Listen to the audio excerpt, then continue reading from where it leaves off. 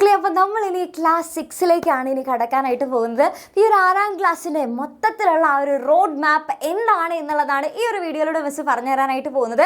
അപ്പോൾ നമ്മൾ ഈ ഒരു 6ാം ക്ലാസ്സിൻ്റെ ജേണി അങ്ങ് സ്റ്റാർട്ട് ചെയ്യാൻ പോവുകയാണ്. നല്ല ഐശ്വര്യമായിട്ട്, നല്ല ഫ്രഷ് ആയിട്ട് നമ്മളിങ്ങനെ പ്രാർത്ഥിച്ചുകൊണ്ടാണ് തുടങ്ങുന്നത് അല്ലേ. കഴിഞ്ഞ വട്ടത്തെ മിസ്റ്റേക്കുകളൊക്കെ മാറ്റി വെച്ച് അടിപൊളിയായിട്ടുള്ള ഫ്രഷ് ആയിട്ടുള്ള സ്റ്റാർട്ടാണ് നമ്മൾ തുടങ്ങാനായിട്ട് പോകുന്നത്. ഈശ്വര ഭഗവാൻ രക്ഷിക്കണേ എന്നൊക്കെ പ്രാർത്ഥിച്ചുകൊണ്ടാണ് നമ്മൾ എന്ത് ചെയ്യുന്നത്, ഈ ഒരു 6ാം ക്ലാസ്സിൻ്റെ ജേണി സ്റ്റാർട്ട് ചെയ്യുന്നത്. അപ്പോൾ ഈ ഒരു ജേണിയിൽ എന്തൊക്കെ കാര്യങ്ങളാണ് നമ്മൾ ശ്രദ്ധിക്കേണ്ടത് എന്നുള്ള അറിയണം അല്ലേ. കാരണം എവിടെയൊക്കെയാണ് നമ്മൾ പോകുന്ന ആ ഒരു വണ്ടി നിർത്തേണ്ടത്, എവിടെയൊക്കെയാണ് ചെക്ക് പോയിന്റ്സ് ഉള്ളത്, എവിടെയൊക്കെയാണ് നമ്മൾ കുറച്ച് സ്പീഡ് കൂട്ടേണ്ടത്, എവിടെയൊക്കെയാണ് ശ്രദ്ധിക്കേണ്ട വളവുകളും തിരിവുകളൊക്കെ ഉള്ളത്, ഇതെല്ലാം അത് നമുക്ക് അറിയണം അല്ലേ. അപ്പോൾ അതാണ് ഈ ഒരു വീഡിയോയിലൂടെ മിസ് പറഞ്ഞു തരുന്നത്. അപ്പോൾ വേഗം എന്ത് ചെയ്യാം, നമുക്ക് നമ്മുടെ ഈ ഒരു ജേണിയിലേക്ക് വേഗം നമുക്ക് കടക്കാം. അപ്പോൾ ഈ ഒരു 6ാം ക്ലാസ് എടുത്ത് നോക്കുകയാണെന്നുണ്ടെങ്കിൽ ഇവിടെ നമുക്ക് ഓൾറെഡി നമുക്ക് ആദ്യം തന്നെ അറിയേണ്ട കാര്യം എന്ന് പറയുന്നത് നമ്മുടെ ബാച്ചിൻ്റെ ക്ലാസ് എപ്പോഴാണ് സ്റ്റാർട്ട് ചെയ്യുന്നത് എന്നുള്ളതാണ്. അത് നിങ്ങൾ ഇപ്പം തന്നെ ഒന്ന് നോട്ട് ചെയ്ത് വെച്ചോ. ഈ ഒരു ദിവസം മറക്കണ്ട, മെയ് 14-ാം തീയതിയാണ് നമ്മുടെ ബാച്ച് സ്റ്റാർട്ട് ചെയ്യുന്നത്. അപ്പോൾ മെയ് 14-ാം തീയതി മുതൽ നമ്മുടെ ബാച്ചിലെ ക്ലാസ്സുകൾ അങ്ങോട്ട് തുടങ്ങും. അതായത് സ്കൂളൊക്കെ തുറന്ന് പിന്നെ ലാസ്റ്റൊക്കെ ആയിട്ട് ക്ലാസ് സ്റ്റാർട്ട് ചെയ്ത് കഴിഞ്ഞാൽ ഭയങ്കര ബുദ്ധിമുട്ടായിരിക്കും അല്ലേ. അപ്പോൾ ആദ്യം മുതലേ തന്നെ പഠിച്ച് വെക്കുകയാണെന്നുണ്ടെങ്കിൽ നമുക്ക് ഒരുപാട് സമയം കിട്ടും. പിന്നെ ക്ലാസ്സിലൊക്കെ പോയിട്ട് നമുക്ക് ഷൈനൊക്കെ ചെയ്യാം അല്ലേ. അപ്പോൾ അതുകൊണ്ട് തന്നെ ഇത് ചെയ്യാം, നമ്മൾ മെയ് 14-ാം തീയതി മുതൽ നമ്മുടെ ക്ലാസ്സുകളൊക്കെ സ്റ്റാർട്ട് ചെയ്യാണ്.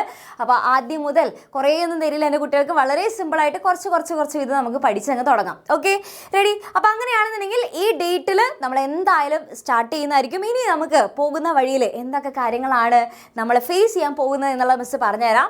ഇവിടെ നമ്മൾ സ്റ്റാർട്ട് ചെയ്ത് കഴിഞ്ഞാൽ ഇതാണ് നമ്മൾ പോകുന്ന വഴി. ഓക്കെ, ഇതാണ് നമ്മുടെ റോഡ്. ആ റോഡിലുള്ള പോകുന്ന വഴിയിലുള്ള കാര്യങ്ങളൊക്കെയാണ് ഇവിടെ കൊടുത്തിട്ടുള്ളത്. ഫസ്റ്റ് തന്നെ നമ്മുടെ ഈ ഒരു ക്ലാസ് സ്റ്റാർട്ട് ചെയ്യുന്നത് മെയ് 14-ാം തീയതിയാണ്. ഓക്കെ, അപ്പോൾ മെയ് 14-ാം തീയതി നമ്മൾ ക്ലാസ് സ്റ്റാർട്ട് ചെയ്യുന്നു. ഇത് നമ്മുടെ ബാച്ചിൽ ജോയിൻ ചെയ്ത കുട്ടികൾക്കാണ് കേട്ടോ. കാരണം ജോയിൻ ചെയ്ത് കഴിഞ്ഞാലാണ് അവർക്ക് ഇത് എങ്ങനെയായിരിക്കും, എന്തൊക്കെയാണ് കിട്ടാൻ പോകുന്നത് എന്നുള്ളത് മനസ്സിലാവണം. ഓക്കെ, അപ്പോൾ മെയ് 14-ാം തീയതി നമ്മൾ ക്ലാസ് സ്റ്റാർട്ട് ചെയ്യുന്നു. ദെൻ അതിനുശേഷം നമുക്ക് ഓണം എക്സാം ആണ് വരുന്നത് അല്ലേ. അതായത് ആദ്യത്തെ എക്സാം എന്ന് പറയുന്നത്, അല്ലെങ്കിൽ ആദ്യത്തെ ആ ഒരു ചെക്ക് പോയിന്റ് എന്ന് പറയുന്നത് നമ്മുടെ ഓണം എക്സാം ആണ്. അതാണ് നമ്മുടെ ആദ്യത്തെ എക്സാം. അപ്പോൾ ക്ലാസ് സ്റ്റാർട്ട് ചെയ്ത് കഴിഞ്ഞാൽ ഏകദേശം ഒരു ഓഗസ്റ്റ് 18 മുതൽ 29 അതിൻ്റെ ഉള്ളിലായിരിക്കും നമ്മുടെ ഈ ഒരു ഓണം എക്സാം വരെ. ഇതൊരു എക്സ്പെക്റ്റഡ് ആയിട്ടുള്ള ഡേറ്റ് ആണ്, കാരണം നമുക്ക് ശരിക്കുള്ള ഡേറ്റ് ഒന്നും വന്നിട്ടില്ല. അത് ആ സമയമാകുമ്പോഴേ അറിയുള്ളൂ. അപ്പോൾ ഒരു ഏകദേശം നമ്മൾ നമ്മുടെ ഇതുവരെയുള്ള വർഷങ്ങളിലൊക്കെ വെച്ച് നോക്കുമ്പോൾ ഏകദേശം ഒരു ഓഗസ്റ്റ് 18 മുതൽ 29-ാം തീയതിക്കുള്ളിലായിരിക്കും നമ്മുടെ എക്സാം വരുന്നുണ്ടായിരിക്കുക. അപ്പോൾ അതിന് മുന്നോടിയായിട്ട് പരീക്ഷയുടെ തലേദിവസം ഇരുന്നിട്ട് ഇത് കംപ്ലീറ്റ് ആക്കി കഴിഞ്ഞാൽ ശരിയാവുമോ? ഇല്ല, നമുക്ക് റിവിഷനൊക്കെ നടത്തണം അല്ലേ. ഏത് ചാപ്റ്റർ ആണെങ്കിലും അല്ലെങ്കിൽ ഏത് ടോപ്പിക് ആണെന്നുണ്ടെങ്കിലും എക്സാമിൻ്റെ ജസ്റ്റ് 2 ദിവസം മുന്നേ കഴിഞ്ഞിട്ട് കാര്യമില്ല. അല്ലെങ്കിൽ എക്സാമിൻ്റെ തലേ ദിവസം ഇരുന്ന് നമുക്ക് ഇങ്ങനെ കഷ്ടപ്പെട്ടിരുന്ന് പഠിക്കുക എന്നുള്ളതൊന്നും നടക്കില്ല. അപ്പം നമ്മൾ എന്ത് ചെയ്യണം, മുന്നേ തന്നെ കംപ്ലീറ്റ് ആക്കണം അല്ലേ. അപ്പോൾ അതുകൊണ്ട് തന്നെ നമ്മൾ എന്ത് ചെയ്യുന്നു, ജൂലൈ 25-ാം തീയതിക്കുള്ളിൽ തന്നെ ഓണം എക്സാമിന് പഠിക്കാനുള്ള ചാപ്റ്റേഴ്സ്, നമുക്കറിയാം ആദ്യത്തെ കുറച്ച് ചാപ്റ്റേഴ്സ് മാത്രമേ ഓണം എക്സാമിന് പഠിക്കാനുണ്ടാവുള്ളൂ. മൊത്തത്തിൽ കുറേ ചാപ്റ്റേഴ്സ് ഒന്നും ഉണ്ടാവില്ല. അപ്പം നമ്മൾ എന്ത് ചെയ്യുന്നു, ഓൾറെഡി നമ്മൾ മെയിൽ തന്നെ സ്റ്റാർട്ട് ചെയ്തിട്ടുണ്ടല്ലോ. അപ്പോൾ അതുകൊണ്ട് തന്നെ കൂളായിട്ട് നമുക്ക് എന്ത് ചെയ്യാൻ പറ്റും, ജൂലൈ 25-ാം തീയതി ആകുമ്പോഴേക്കും നമ്മൾ ആ ഒരു ഓണം എക്സാമിന് പഠിക്കാനുള്ള എല്ലാ സിലബസും നമ്മൾ കംപ്ലീറ്റ് ആക്കിയിട്ടുണ്ടായിരിക്കും. എല്ലാ ചാപ്റ്റേഴ്സും ഫുള്ള് പഠിച്ച് തീർത്തിട്ടുണ്ടായിരിക്കും. ഓക്കെ, അപ്പോൾ അത് ജൂലൈ 25 ആകുമ്പോഴേക്കും ഓണം എക്സാമിനുള്ള ചാപ്റ്റേഴ്സൊക്കെ കംപ്ലീറ്റ് ആയി. ഇനി നമുക്ക് എന്താ വേണ്ടത്, എക്സാം അറ്റൻഡ് ചെയ്യുമ്പോഴേക്കും നമുക്ക് റിവിഷനാണ് അല്ലേ. അപ്പോൾ ജൂലൈ 25-ാം തീയതി കഴിഞ്ഞാൽ പിന്നെ ഈ ഓഗസ്റ്റ് 18-ാം തീയതി വരെയുള്ള ദിവസമുണ്ട്. ഈ ദിവസം മൊത്തം നമുക്ക് എന്ത് ചെയ്യാം, റിവിഷൻ നടത്താം. സിമ്പിളായിട്ട് നമുക്ക് പഠിച്ച കാര്യങ്ങൾ തന്നെ ഒന്നും കൂടെ പഠിക്കുന്നു. അപ്പം നമുക്ക് എന്തുണ്ടാവും, നമുക്ക് എക്സാം ആകുമ്പോഴേക്കും ഒന്നും കൂടെ റിവിഷനൊക്കെ കംപ്ലീറ്റ് ആകാം. 1ഉം 2ഉം തവണയൊക്കെ നമുക്ക് റിവിഷൻ നടത്താൻ പറ്റും. പിന്നെ അതുകൂടാതെ തന്നെ നിങ്ങൾക്ക് ഓരോ ചാപ്റ്റർ വൈസ് ആയിട്ടുള്ള എക്സാം നടത്തുന്നതുകൊണ്ടും, പിന്നെ അതുപോലെ ഈ ഓണം എക്സാമിന് മുന്നേ തന്നെ നമ്മൾ ശരിക്കുള്ള നല്ല സ്റ്റാൻഡേർഡ് ക്വസ്റ്റ്യൻസ് ഒക്കെ വരുന്ന മോഡൽ എക്സാംസ് നടത്തുന്നതുകൊണ്ട് തന്നെ നിങ്ങൾക്ക് ഏകദേശം എക്സാമിന് വരുന്ന ക്വസ്റ്റ്യൻസ് ഒക്കെ നിങ്ങൾക്ക് അറിയുന്നുണ്ടായിരിക്കും. മാത്രമല്ല എങ്ങനെയായിരിക്കും ഓരോ ക്വസ്റ്റ്യനും കറക്റ്റായിട്ട് ആൻസർ ചെയ്യേണ്ടത്, ഈ കാര്യങ്ങളൊക്കെ നിങ്ങൾക്ക് അപ്പോഴേക്കും മനസ്സിലാക്കാൻ പറ്റും. ഓക്കെ, അങ്ങനെ നമ്മുടെ ഫസ്റ്റത്തെ കടമ്പ കഴിഞ്ഞു, ഓണം എക്സാം കഴിഞ്ഞു. പിന്നെ അതിനുശേഷം അടുത്ത കടമ്പ വരുന്നത് എവിടെയാണ്, ക്രിസ്മസ് എക്സാമിനാണ്. പക്ഷേ ക്രിസ്മസ് എക്സാമിൻ്റെയും ഇതേപോലെ തലേ ദിവസം ഇരുന്ന് പഠിക്കാൻ പറ്റും നമുക്ക്? തലേ ദിവസം പുതിയൊരു ചാപ്റ്റർ പഠിക്കുക എന്നുള്ളത് ഒരിക്കലും നടക്കാനും പോകുന്നില്ല. അപ്പം നമ്മൾ എന്ത് ചെയ്യണം, മുന്നേ തന്നെ നവംബർ 20-ാം തീയതി എന്നുള്ളൊരു ഡേറ്റ് ഉണ്ടെന്നുണ്ടെങ്കിൽ നമ്മൾ അതിൻ്റെ ഉള്ളിൽ ക്രിസ്മസ് എക്സാമിനുള്ള ചാപ്റ്റേഴ്സ്, അതായത് ഒരു ഏകദേശം ഒരു പകുതി പോർഷൻസ് ഉണ്ടായിരിക്കും അല്ലേ, അത്രയും ചാപ്റ്റേഴ്സ് അല്ലെങ്കിൽ ആ ഒരു ചാപ്റ്റർ സിലബസ് മൊത്തം നമ്മൾ എന്ത് ചെയ്യുന്നതായിരിക്കും, ഒരു നവംബർ 20-ാം തീയതി എന്നുള്ളൊരു ദിവസം ഉണ്ടെന്നുണ്ടെങ്കിൽ നമ്മൾ കംപ്ലീറ്റ് ആക്കിയിരിക്കും. അതിനുശേഷം നമ്മൾ റിവിഷൻ നടത്തുന്നു.